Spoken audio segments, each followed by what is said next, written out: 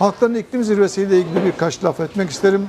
Biz bu COP'un 195 ülkenin katılacağı iddia ediliyor. Bu ülkelerin başkanları, cumhurbaşkanları gelecekler. Onlar büyük ölçüde bu sermayenin ihtiyacına göre bir politika üretmeye çalışacaklar. Biz de halkların iklim zirvesi olarak bu üretilen politikaların mağdur olanlarıyla beraber bir buluşmayı gerçekleştireceğiz. Geçen sene Belen'de ciddi bir toplumsal buluşma sağlanmıştı. Biz oraya gitmiştik. O deneyimleri buraya aktaracağız ve dünyanın dört bir tarafından iklim mağdur olan insanlarla, yurttaşlarla ve vatandaşlarla bir araya geleceğiz.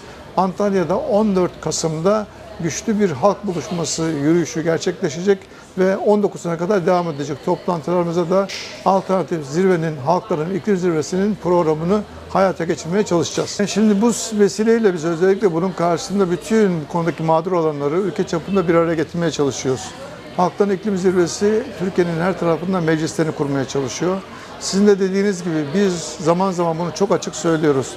Akbelen'deki mücadeleyle Cizre'deki halkın mücadelesi bir araya gelmeden, bu iki yakasını bir araya getirerek ortak mücadele yapmadan başarılı olabileceğini düşünmüyoruz.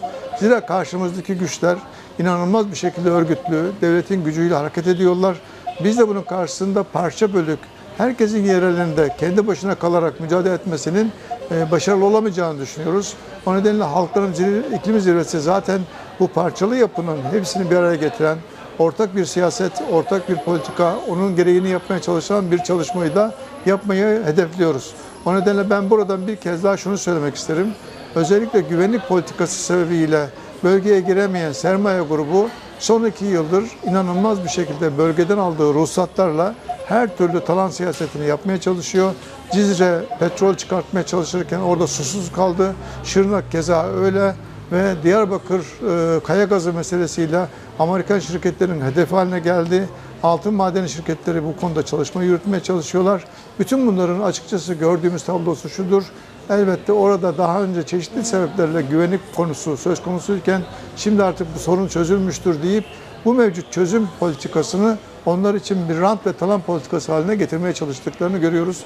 Sermayenin bu konudaki iştahı çok yüksek ama biz de Anadolu topraklarını korumak, oradaki yurttaşlarımızın varlığını korumak, havamızı, suyumuzu, köyümüzü, tarlamızı, ormanlarımızı, meralarımızı korumak durumundayız. Başka çaresi yok. Çıkarlar çatışması içerisindeki rolümüz ve görevimiz bence açıktır. Çağrım şudur, halkların iklim zirvesi çerçevesinde COP31'deki ortaya çıkacak çalışma karşısında biz de halkların kendi sözünü söyleyeceği bir buluşma yapacağız. Bütün Türkiye halklarını ve uluslararası alandaki halkları orada toplayacağız. Halkların iklim zirvesi alternatif COP31'in resmi zirvesinin karşısında halkın taleplerini dillendireceğimiz bir zirve olacak.